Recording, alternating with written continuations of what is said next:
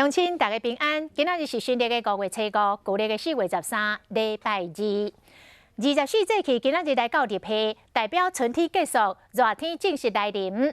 这个气温是明显升悬，果然这2天有够热，乡亲都要加啉一寡茶水补充水分，唔通去热着。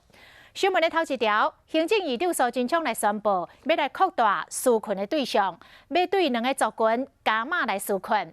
一定是有工课，但是无保社会保险的民众，譬如讲举广告牌的、卖玉兰花、流动的摊贩等等。另外一定是农渔民，全部拢发现金1万块，但是有排付的条款。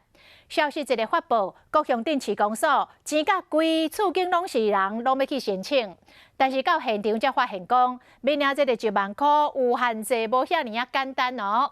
民众真怨气，讲看会到。食袂到。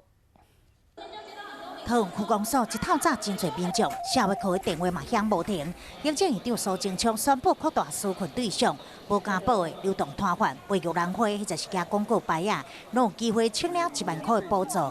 他讲的比行政院还要严格，行政院讲的非常简单，说卖玉兰花可以申请。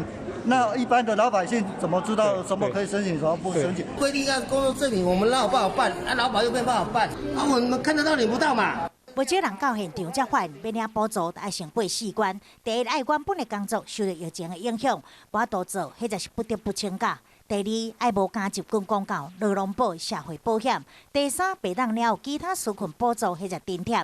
第四，加互存款甲收入总额，每一人每个月爱伫上计生活费1.5倍以上，2倍以下才会当符合资格。像若是伫台北市内所得就落伫25508到34010块之间，才会当领1万块补助。